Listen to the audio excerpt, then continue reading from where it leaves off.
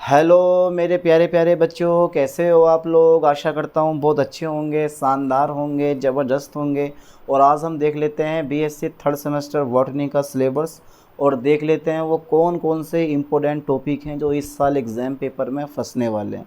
चलिए सीधे course title की तरफ चलते हैं। जो आपकी बुक का नाम है वो है तुम्हारा flowering plants identification and aesthetic characteristics, जिसको आप हिंदी में बोलते हो पुष्पी पौधों की पहचान और सौंदर्य गुण। यूनिट फर्स्ट का नाम ज़रा देख लो, वर्गीकी संसाधन एवं नामकरण, यानी कि टेक्सोनोमिक रिसोर्स एंड नोमेनक्लेचर।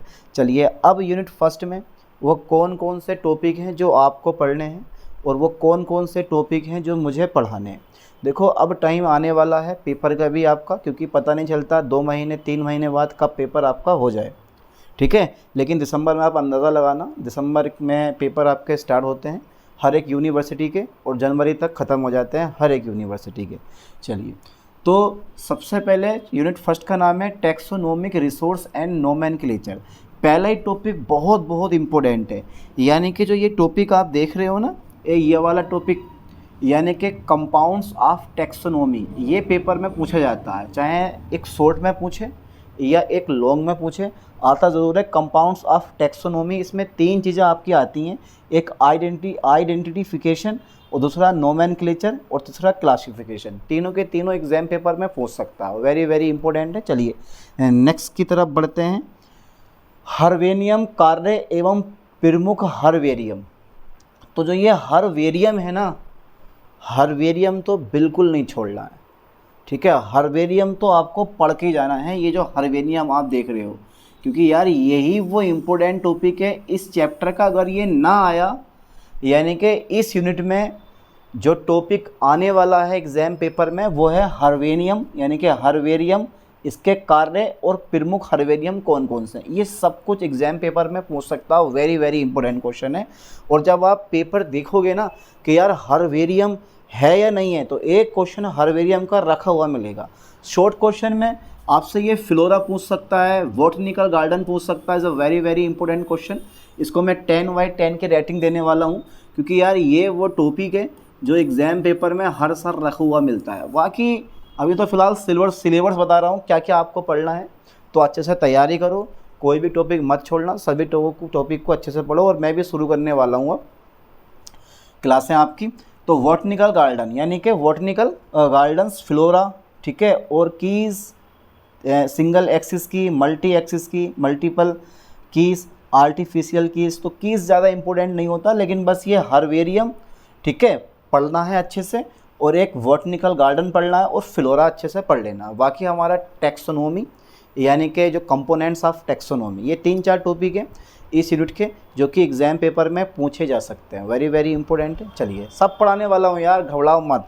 अब इस सिलेबस शुरू करने वाले हैं, पढ़ाने वाला हूँ सब। चलिए अब देखो यहाँ पर थोड़ा सा और है इसमें, ठीक है। रैंक्स एंड न्यू टेक्स्ट इतना इंपॉर्टेंट नहीं है। प्रिंसिपल ऑफ पीरियोडिटी ये भी इतना इंपॉर्टेंट नहीं है। बाइनोमिकल सिस्टम इतना इंपॉर्टेंट नहीं। Type method, author citation, valid publications, और तुम्हारा है ये सुपरा स्पेसिफिक टैक्सा, यानी कि उच्च विशिष्ट टैक्सा। तो बस वो 3 या 4 टॉपिक हैं जो एग्ज़ाम पेपर में पूछे जाते हैं इंपॉर्टेंट। बाकी पढ़ने को आप दुनिया भर की चीज़ें दे रखी होती हैं यूनिट में, यानी कि बुक में कुछ भी पढ़ सकते हो, ठीक है। चलिए यूनिट सेकंड का नाम पहले याद करो। जब तक यूनिट के नाम आपके याद नहीं होंगे तब तक आप ये नहीं देख पाओगे कौन सा टॉपिक है और कौन सा टॉपिक, यानी कि कौन सा टॉपिक किस यूनिट का और कौन सा टॉपिक किस यूनिट का। तो सबसे पहले यूनिट सेकंड का नाम याद करो, वर्गीकरण के प्रकार एवं प्रमाण, यानी कि types of classification and evidences, ठीक है, types of classification and evidences. चलिए अब वर्गीकरण के प्रकार में, टाइप्स ऑफ क्लासिफिकेशन में देख लेते हैं कौन कौन से टॉपिक यहाँ पर दे रखे हैं। तो सबसे पहले ज़रा ध्यान देना, यानी कि आर्टिफिशियल क्लासिफिकेशन पेपर में ना के बराबर आता है। नेचुरल क्लासिफिकेशन पेपर में ना के बराबर आता है। और फाइलोजेनेटिक्स क्लासिफिकेशन, हाँ ये थोड़े से चांस होते हैं इसके बनने के, क्योंकि यार इसके अलावा भी बहुत से ऐसे टॉपिक हैं जो एग्ज़ाम पेपर में पूछे जाते हैं। हाँ इसके थोड़े चांसेस हो सकते हैं। जाति, वृत्तीय, वंशा विकासी वर्गीकरण, तो ज़्यादातर इंग्लिश में पढ़ने की कोशिश करो, क्योंकि आपको एमएससी अगर करने मिलती है तो इंग्लिश में ज़्यादा बेहतर रहता है करने के लिए, अगर जो भी करना चाहते हो। वरना तो बहुत से बच्चों ने जो इस बार 3rd ईयर में थे, ज़्यादातर बच्चों ने B.Ed D.El.Ed में एडमिशन लिया। बहुत से बच्चों की कॉल आती है मेरे पास, सहारनपुर के हो गए बच्चे, अयोध्या के हो गए बच्चे, आगरा के, ठीक है, लखनऊ के, इलाहाबाद के, यूपी में हर एक जगह, बाकी राजस्थान के भी हैं, हिमाचल प्रदेश की बच्चे हैं जो पूछते हैं कि सर अब क्या करना चाहिए, ठीक है। तो ज़्यादातर बच्चे B.Ed वगैरह में, D.El.Ed में BSc करके एडमिशन ले लेते हैं, ठीक है। चलिए नेक्स्ट देखते हैं। तो आ सकता है, बाकी इतना इंपॉर्टेंट नहीं। प्रमुख वर्गीकरण प्रणालियाँ, हाँ ये बहुत इंपॉर्टेंट है। देखो ये है वेंथम एम हुकर, इसको मैं 10/10 की रेटिंग दूंगा, ये पेपर में आता है, बहुत इंपॉर्टेंट है, इसलिए बेटा इसको जरा अच्छे से कवर कर लेना, वेरी वेरी इंपॉर्टेंट है ये, ठीक है। ये वेरी वेरी इंपॉर्टेंट आता है पेपर में। तो वेंथम एन हुकर, आंधी डले तूफान डले पर ये टॉपिक ना डले, ये तो रखा हुआ मिलते मिलता है, ठीक है। बाकी सीरीज़ तक अप टू सीरीज़, और तुम्हारे पास एंगुलर एम फ्रंटल इतना इम्पोर्टेंट नहीं, up to series. Angiosperm phylogeny group, यानी कि angiosperm phylogeny group ABG 4th classification इतना इम्पोर्टेंट नहीं है, ठीक है। ये सारा सिलेबस बता रहा हूँ आपको, जो आपकी बुक का 2026-27 को जो सिलेबस आया है वो सारे का सारा सिलेबस हमारे पास ये हैगा, ठीक है। अब इसमें सब कुछ तो नहीं पढ़ सकते ना हम लोग हैं, तो वो कुछ इम्पोर्टेंट टॉपिक जो एग्ज़ाम पेपर में आते हैं वो अच्छे से कवर कर लेना है ना, यानी कि गोली एक ही मारो जो लग जाए, बस यही कहने का मतलब ये है। चलिए, वर्गीय प्रमाणों का परिचय, यानी कि इंट्रोडक्शन टू टेक्सोनोमिक एविडेंस। वर्ग, ये तुम देख रहे हो ना, वर्गीकी को हम इंग्लिश में बोलते हैं टेक्सोनोमी। चलिए इसमें कुछ इंपॉर्टेंट टॉपिक है, देख लेते हैं।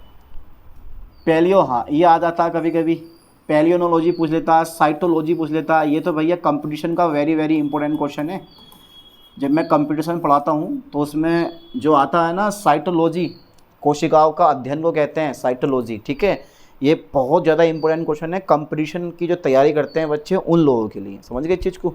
चलिए, तो फाइनोलॉजी और साइटोलॉजी दोनों हैं इंपॉर्टेंट। बाकी फाइटो केमिस्ट्री, यानी कि पादप रसायन विज्ञान, और molecular biology, data protein homology, nucleic acid homology, ये इतना इंपॉर्टेंट नहीं है भाई, ये वाला पढ़ लेना। पैलिनोलॉजी और साइटोनोलॉजी ये बहुत बहुत इंपॉर्टेंट क्वेश्चन है। चलिए नेक्स्ट देखते हैं। अच्छा, जो बच्चे देख रहे हैं वो मुझे बताना कि लगभग यूपी के अंदर जितनी भी यूनिवर्सिटीज़ हैं सबके पेपर थ्योरी वाइज होने हैं। क्या कोई ऐसी भी यूनिवर्सिटी है जिसके पेपर MCQ वाइज है? फटाफट ये सब कमेंट कर देना मुझे कि सर जिस यूनिवर्सिटी में हम पढ़ते हैं वो जो है MCQ वाइज पेपर लेती है 3rd सेमेस्टर के, वरना ऐसा कोई रूल लागू है नहीं। 1st semester, 3rd semester and 5th semester, ये तीनों के तीनों थ्योरी वाइज होते हैं, जिसको आप बोलते हो विषम संख्या वाले सेमेस्टर जो होते हैं, और सम संख्या वाले जितने भी सेमेस्टर हैं, चाहे 2nd के हों, 4th के हों, 6th के हों, ये MCQ वाइज होते हैं। फिर भी आप बता देना कि सर किसी यूनिवर्सिटी में हैं जिसका नाम मैंने सुना है कि यार इसमें 1st सेमेस्टर के, 3rd सेमेस्टर के और 5th सेमेस्टर के भी जो एग्ज़ाम होते हैं वो MCQ वाइज होते हैं। आप बताना ज़रा, ठीक है, कि आपकी यूनिवर्सिटी में थ्योरी वाइज हैं या फिर आपकी यूनिवर्सिटी में MCQ वाइज एग्ज़ाम होने वाले हैं इस साल। तो देखो यूनिट 3rd है हमारी। यूनिट 3rd में जो मैंने टॉपिक लिया था, मेन टॉपिक कहाँ गई हमारी यूनिट 3rd, ये वाला, ये आ गया हमारा, ठीक है। यूनिट 3rd पहले देख लो क्योंकि बहुत आगे बढ़ गए थे हम। यूनिट 3rd देखो ज़रा, आवर्तबीजी कुलों की पहचान करना, ये हो गया हमारा, ठीक है। यूनिट 3rd है आवर्तबीजी कुलों की पहचान, फर्स्ट है ये। इसके बाद सेकंड आता है, यानी कि identification of angiospermic families first. Ranunculaceae बहुत बढ़िया टॉपिक है, रुटेशी बहुत बढ़िया टॉपिक है। ये कम से कम 7-8 टॉपिक है ऐसे छोटे छोटे, इनमें से 1 या 2 टॉपिक आपके एग्ज़ाम पेपर में रखे हुए मिलते हैं। 75 मार्क्स का एग्ज़ाम है आपका, ठीक है। टाइमिंग 2 घंटे मिलती है। चलिए, तो फेवेसी, माइटेसी, कुरकुरबिटेसी, रूबिएसी, एस्टेरेसी, एपोसाइनेसी, एकैंथेसी और एस्क्लेपिटेसी और सोलेनेसी।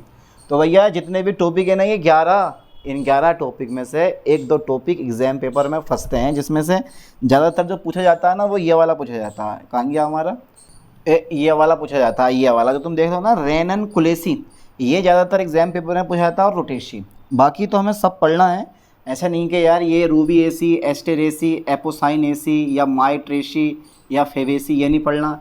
ये बहुत छोटे छोटे टॉपिक हैं जिन्हें बड़ी आसानी से आप कवर कर लोगे। एक बार पढ़ लोगे ना तो ये याद हो जाएगा, समझ जाओगे यार ये माइट्रेसी क्या होती है, फेवेसी क्या होती है, रूबिएसी क्या होती है, कुकुरबिटेसी क्या होती है, ये सब एक बार पढ़ने मात्र ही समझ में आ जाएगा। तो बहुत बहुत इंपॉर्टेंट टॉपिक है और हैं भी छोटे छोटे। चलिए, आवर्त बीजी कुलों की पहचान सेकेंड। अब ये पहला था यूनिट 3 में, और यूनिट 4 में जो है ना वो हमारा सेकेंड आता है। देखो, identification of angiospermic family second. अब इसमें अमरेंथेसी, यूफोबिरिएसी, पापावरेसी, एपिएसी, लेमिएसी, ठीक है, लिलिएसी, म्यूसेसी और पोएसी, ये दोनों टॉपिक बहुत बहुत इंपॉर्टेंट है। ठीक है, तो भैया इन टॉपिकों में कुछ भी टॉपिक कोई सा भी रखा हुआ मिलता है, लेकिन बिल्कुल फिक्स जो मैं बताता हूँ ना वही एग्ज़ाम पेपर में आता है। आपने फर्स्ट सेमेस्टर में पढ़ा होगा, सेकंड सेमेस्टर में पढ़ा होगा, तो 100% पढ़ाया हुआ पूरा पेपर आया होगा, और अभी भी पूरा पेपर पढ़ाया हुआ ही आने वाला है आपको।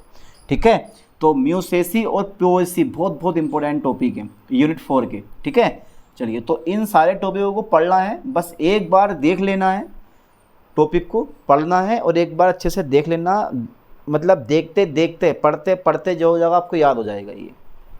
चलिए आगे बढ़ाते हैं। यूनिट 5 है हमारा पादप वर्ग की में आधुनिक प्रवृत्तियाँ, यानी कि modern trends in plant taxonomy.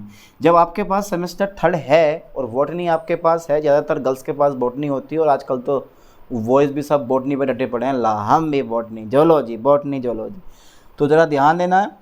तो ये पादप वर्ग की में आधुनिक प्रवृत्तियाँ, modern trends in plant taxonomy. सबसे पहले यूनिट के नाम याद करने की कोशिश करना। सबसे पहले यूनिट के नाम याद करने की कोशिश करना। अगर यूनिट के नाम आपके याद हो गए तो सिंपल सी बात है, आपको ये पता चल जाएगा कि कौन सा टॉपिक किस यूनिट में है। ठीक है, और जब मैं पढ़ाऊँगा, शुरू करूँगा सिलेबस, तो सिंपल सी बात है, सब कुछ याद करवा दूँगा, सब कुछ रटवा दूँगा, ज़बरदस्ती दिमाग में ठोक दूँगा।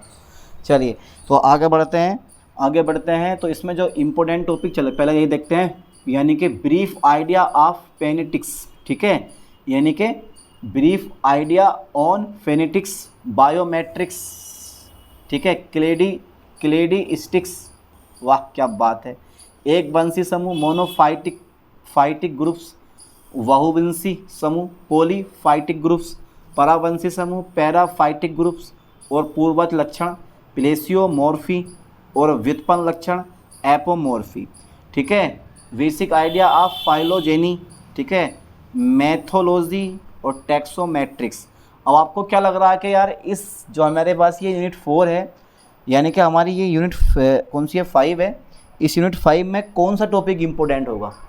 ज़्यादातर कोई भी टॉपिक इसमें इंपॉर्टेंट नहीं है, क्योंकि इतने क्वेश्चन आपके एग्जाम पेपर में पूछे नहीं जाते हैं। 10 वेरी शॉर्ट पूछे जाते हैं, 5 क्वेश्चन आपसे शॉर्ट पूछे जाते हैं, और 2 क्वेश्चन आपसे लॉन्ग पूछे जाते हैं। 2 या 1 क्वेश्चन करना होता है आपको लॉन्ग में, है ना, यही तो होता है ना। हाँ, एक या किसी में 2 पूछता है यूनिवर्सिटी में, किसी में 1 पूछ लेता है, तो इतने क्वेश्चन आते नहीं है, जो ज़्यादातर इतना इंपॉर्टेंट नहीं है। यूनिट 5 का जो ये है ना सिलेबस हमारा, ये इतना इंपॉर्टेंट नहीं है। इसमें से कभी कभार पूछ लिया तो ये पूछ लेता है, बायोमेट्रिक्स वेरी वेरी इंपॉर्टेंट है, पूछा तो बाजी चांस, या फिर क्लेडिस्टिक्स, ये वेरी वेरी इंपॉर्टेंट है। ठीक है बेटा, ये वेरी वेरी इंपॉर्टेंट है, इसीलिए इसको आप पढ़ लेना से करके, है ना, इम्पोर्टेंट है ये, इम्पोर्टेंट। चलिए, वेरी वेरी इंपॉर्टेंट है, क्लेडिस्टिक्स या फिर बायोमेट्रिक्स। बाकी तो इनमें से ना के बराबर पूछा जाता है, कभी कभार कोई क्वेश्चन आ गया, वरना नहीं आता, लगभग मेरे ख्याल से। चलिए आगे देखते हैं। यूनिट 6 है हमारी, देखो, पादप पहचान के उपकरणों एवं सॉफ्टवेयर। अब इनके तो यूनिट के नाम भी इतने बड़े दे रखे हैं कि सर कहाँ तक याद करूँगा। अब जब यूनिट के नाम याद नहीं कर पाओगे तो अंदर का सिलेबस कैसे याद कर पाओगे। चलिए, तो tools and softwares in plant identification. ठीक है, यानी कि जियोग्राफिक इंफॉर्मेशन सिस्टम, यानी कि GIS, भौगोलिक सूचना प्रणाली, जिसको आप हिंदी में बोलते हो।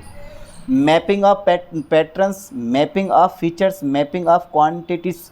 तो सबसे ज़्यादा ज़रूरी है, is a very very important, GIS। ठीक है, ये जो है ना GIS, ओके, ये जो GIS है हमारा वेरी वेरी इंपॉर्टेंट है, जियोग्राफिक इंफॉर्मेशन सिस्टम। ये पेपर में फंस जाता है कभी कभी ना, आते ही आता है, बहुत बहुत इंपॉर्टेंट है। ठीक है, बाकी प्रारूपों का मानचित्रण, मैपिंग ऑफ पैटर्न्स, विशेषताओं का मानचित्रण, मैपिंग ऑफ फीचर्स, मात्राओं का मानचित्रण, मैपिंग ऑफ क्वांटिटीज ज़्यादा इंपॉर्टेंट नहीं है। सॉफ्टवेयर एवं डिजिटल संसाधन, 1 या 2 क्वेश्चन कंप्यूटर से फंसते हैं, एक तो MS वर्ड याद कर लो और एक एक्सेल याद कर लो। जो ये है ना हमारा, यानी कि इसमें फिलिप इतना इंपॉर्टेंट नहीं, पॉप यानी कि फाइलोजेनेटिक्स एनालिसिस यूजिंग, और ये पर्सिमोनी, डिजिटल वर्ग की, डिजिटल टेक्सोनोमी, हाँ ये पेपर में आता, बहुत इंपॉर्टेंट है। 10/10 की रेटिंग मैंने इसको दी है, is a very very important. बेटा ये पढ़ लेना बढ़िया करके, बहुत बहुत इंपॉर्टेंट है। ई फ्लोरा, एक तो यूनिट फर्स्ट में है फ्लोरा, और यहाँ पे भी ई फ्लोरा आता है, ये भी वेरी वेरी इंपॉर्टेंट। अब आप समझ गए होंगे फ्लोरा आपके लिए कितना इंपॉर्टेंट होने वाला।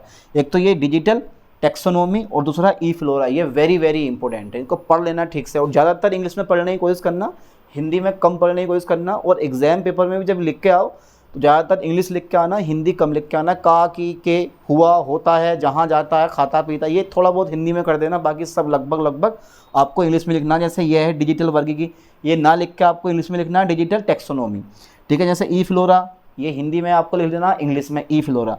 पर ये जो इंग्लिश में, जो ये हिंदी मीडियम वाले स्टूडेंट्स होते हैं उनके लिए हिंदी बहुत ज़रूरी है, बिना हिंदी का आप कवर नहीं कर पाने वाले हो, तो इसलिए मैंने हिंदी साइड में ली है, ठीक है। तो हिंदी में पढ़ना और पेपर करके आना, बस का, की, के को हिंदी में लिखना, बाकी टोटल इंग्लिश में लिख कर आना, बड़े शानदार नंबर आएंगे आपके, समझ गए। चलिए नेक्स्ट देखते हैं। तो डिजिटल टेक्सोनोमी और ई फ्लोरा, ये दोनों के दोनों मोस्ट इंपॉर्टेंट टॉपिक है यूनिट 6 यानी कि tools and software in plant identification. चलिए, तो वर्गीकरण के लिए विवरण भाषा यानी कि description language for taxonomy, DELTA, delta, अच्छा। और वनस्पति विज्ञान के लिए इंटरनेट निर्देशिका, इंटरनेट डायरेक्टरी फॉर बॉटनी, इतना इंपॉर्टेंट नहीं है, बस डिजिटल टेक्सोनोमी पढ़ना है आपको। और ई फ्लोरा बहुत बहुत इंपॉर्टेंट टॉपिक है, पक्का फंसने वाले टॉपिक है। चलिए यूनिट 7 में हम पहुंच जाते हैं, कंप्यूटर का उपयोग एवं एंड्रॉयड एप्लीकेशंस, ठीक है। तो computer uses and Android application, MS office में आपको क्या पढ़ना है, PPT, पावर पॉइंट, ये इन सब के बारे में आप जानते हो। PPT क्या होती है, ठीक है, पावर पॉइंट क्या होता है, और माइक्रोसॉफ्ट एक्सेल क्या होता है। बस ये जो है ना, ये वाला क्वेश्चन कंप्यूटर से ज़्यादातर यही वाला क्वेश्चन पेपर में फंसता है। अभी ऐसे नहीं है कि यही फंसता है, अभी और भी क्वेश्चन है, इसको मैं 10/10 की रेटिंग दूंगा। माइक्रोसॉफ्ट एक्सेल पढ़ लेना, बहुत बहुत इंपॉर्टेंट। अब तुम सोच रहे होगे यार इसमें बॉटनी में कंप्यूटर कहाँ से घुस गया। बेटा ये कंप्यूटर कहीं घुस जा, समझ गए, इतना खतरनाक चीज़ होती है। क्यों घुसा, क्योंकि यार आइडेंटिफिकेशन करने के लिए आपको क्या चाहिए, कंप्यूटर चाहिए होगा। कंप्यूटर में क्या चाहिए, पावर पॉइंट, PPT बनानी पड़ती है, पावर पॉइंट द्वारा PPT बनाओ, या फिर माइक्रोसॉफ्ट एक्सेल का यूज़ करो, MS वर्ड का यूज़ करो। ये सारी चीज़ें यूज़ करके ही तो हम किसी पौधे की आइडेंटिफिकेशन का पता लगा सकते हैं, मतलब पहचान का पता लगा सकते हैं। चलिए नेक्स्ट देखते हैं, डेटा एंट्री। हाँ ये पेपर में पूछ लेता है, ग्राफ्स नहीं पूछता, लेकिन डेटा एंट्री पेपर में आता है, वेरी वेरी इंपॉर्टेंट है। बाकी समुच्चय फलन, एग्रीगेट फंक्शंस, सूत्र एवं फॉर्मूलाज एंड फंक्शंस, सूत्र एवं फलन, ठीक है, डेटा एंट्री। और एक जो टॉपिक है हमारा पीछे वाला, वो ये है माइक्रोसॉफ्ट एक्सेल। दोनों के दोनों वेरी वेरी इंपॉर्टेंट है इस यूनिट के। बाकी सिलेबस आपके सामने पूरा रखा, ठीक है, कोई भी टॉपिक मैंने छोड़ा नहीं है, पूरा सिलेबस आपके सामने। इसी तरह से आपका जोलॉजी का भी मैं करवाने वाला हूँ। नेक्स्ट देखते हैं, कंप्यूटर से संबंधित विषय, नंबर सिस्टम्स, अरे आते हैं कभी कभी यार, number system, conversion device, secondary storage media, इतना इंपॉर्टेंट नहीं है, ज़्यादा पढ़ने की जरूरत नहीं है। लेकिन ये जो पादप पहचान से संबंधित टेक्निक है, GPS टैगिंग, ये जो है ना, GPS टैगिंग, ये पेपर में रखा हुआ मिलता है, इतना इंपॉर्टेंट नहीं है, आया ना तो कुछ नहीं आता इनमें से। लेकिन ये जो है ना GPS टैगिंग, यही वेरी वेरी इंपॉर्टेंट है। GPS टैगिंग ये पढ़ लेना, बहुत इंपॉर्टेंट है। 10/10 की रेटिंग दूंगा इसको पेपर में आने के लिए, और 100% एग्जाम पेपर में ये रखा हुआ भी मिलेगा, इसलिए मैं इस पर वेरी वेरी इंपॉर्टेंट ही लिख देता हूँ यार, वेरी वेरी इंपॉर्टेंट ही मैं इसको लिख देता हूँ, ठीक है। चलिए नेक्स्ट देखते हैं मेरे प्यारे प्यारे साथियों, देखो, और प्लांट आइडेंटिफिकेशन एप्स नहीं पूछता कभी भी, ये नहीं आता। चलिए यूनिट 8 की हम बात करते हैं, पादपों की सौंदर्य विशेषता, क्योंकि हमारी यूनिट का नाम ही यही है, ठीक है, यानी कि एस्थेटिक कैरेक्टरिस्टिक्स ऑफ प्लांट्स, ठीक है। तो एस्थेटिक्स कैरेक्टरिस्टिक्स का केवल एक ही चैप्टर यहाँ पे दे रखा है, बाकी 7 चैप्टर अलग ही हैं, ठीक है। तो पादपों की सौंदर्य विशेषताएं, एस्थेटिक कैरेक्टरिस्टिक्स ऑफ प्लांट्स। सबसे पहले देखो पादपों की सौंदर्य विशेषताएं, ठीक है। हाँ हो सकता पेपर में आ जाए, लेकिन विभिन्न प्रकार के उद्यान, इनमें से एक क्वेश्चन आता, इंग्लिश गार्डन्स आ जाए, या फिर इटालियन गार्डन्स आ जाए, फ्रांस गार्डन्स आ जाए, या फिर फारसी गार्डन्स आ जाए, ठीक है। यानी कि इंग्लिश गार्डन भी आ सकता है, इटालियन गार्डन भी आ सकता है, फ्रांस गार्डन भी आ सकता है, और फारसी गार्डन्स भी आ सकता है। तो इन चारों में से एक या दो गार्डन्स आपके एग्जाम पेपर में पूछे जा सकते हैं, और ये भी। तो बेटा ये तो सबके सब आपको पढ़ने हैं, क्या पता कौन सा गार्डन वो एग्जाम पेपर में रख दे, पर आगा जरूर। आगा ज़रूर, छूटेगा नहीं। ये वाला गार्डन रख दे अथवा में इसके ये रख दे, कुछ भी रख सकता, आगा ज़रूर। चलिए एक और टॉपिक रह गया है हमारा। अरे अभी और भी है यार, ये तो बहुत है। मुग़ल उद्यान, मुग़ल गार्डन्स, जापानसीज गार्डन, तो यार मुग़ल उद्यान, मुग़ल गार्डन्स, अंग्रेजी उद्यान, इटालियन उद्यान, ये वेरी वेरी इंपॉर्टेंट है, ठीक है। इनमें तो यार सभी लगभग लगभग पढ़ने पड़ेंगे और सब एक जैसे होते हैं, वो थोड़ा थोड़ा चेंजेस होता है, बाकी चेंजेस नहीं होता। उद्यान के प्रमुख घटक फीचर्स ऑफ गार्डन, बाड़ हैं, steps, has, adding, lawn, trees और यानी कि झाड़ियाँ एवं झाड़ी समूह, सुर्प्स एंड, ठीक है, स्ट्रूवेरीज, फिर क्लिम्बर्स एंड क्रीपर्स, आरोही एवं रेंगने वाले पौधे। नहीं ये जितना इम्पोर्टेंट नहीं है, सिलेबस है आपका। सैर उद्यान, rockery, flower beds, strawberry, boulders, water garden और some famous gardens of India. यार ये जो है इतना मोस्ट नहीं है, ठीक है, इतना इम्पोर्टेंट नहीं है। वाटर गार्डन आ सकता है बस, बाकी क्या कुछ भी नहीं आएगा इनमें से। कंजर्वेटरी, पादप संग्रहालय, कंजर्वेटरी, ग्रीन हाउस, ये पूछा जाता है पेपर में भाई, आता है ये ग्रीन हाउस, बहुत बहुत इंपॉर्टेंट है ये। इंडोर गार्डन्स, ठीक है, छत का रूफ गार्डन, ट्रोपेरी। अबे हर तरह का गार्डन बना रखा, किस कदर का गार्डन है और तुम किस कदर का गार्डन पढ़ने वाले हो, ये सोचो, दिमाग लगाओ तुम, समझ गए इस चीज़ को। चलिए लास्ट रह गया बोनसाई। हाँ ये आता है एग्जाम पेपर में, बोनसाई वेरी वेरी इंपॉर्टेंट है, ठीक है बेटा, बोनसाई वेरी वेरी इंपॉर्टेंट है, एग्जाम पेपर में फंस जाता। तो इस तरह से जो है ना, वो हमने आज के लेक्चर में बॉटनी थर्ड सेमेस्टर का सिलेबस देख लिया, ठीक है। अब इस सिलेबस के अकॉर्डिंग जो भी अपने टॉपिक्स पढ़ना चाह रहा है वो पढ़ सकता है। हिंदी और इंग्लिश दोनों में मैंने सिलेबस दिया है, इसी तरह से जोलॉजी का भी सिलेबस मैं आपको देने वाला हूँ। एक चीज़ और बता दूँ, बस क्लासें कुछ ही दिनों बाद शुरू करने वाला हूँ, ठीक है, और सबको अच्छे से तैयारी करनी है, कोई भी टॉपिक नहीं छोड़ना। चलिए मिलते हैं नेक्स्ट वीडियो में, थैंक्स।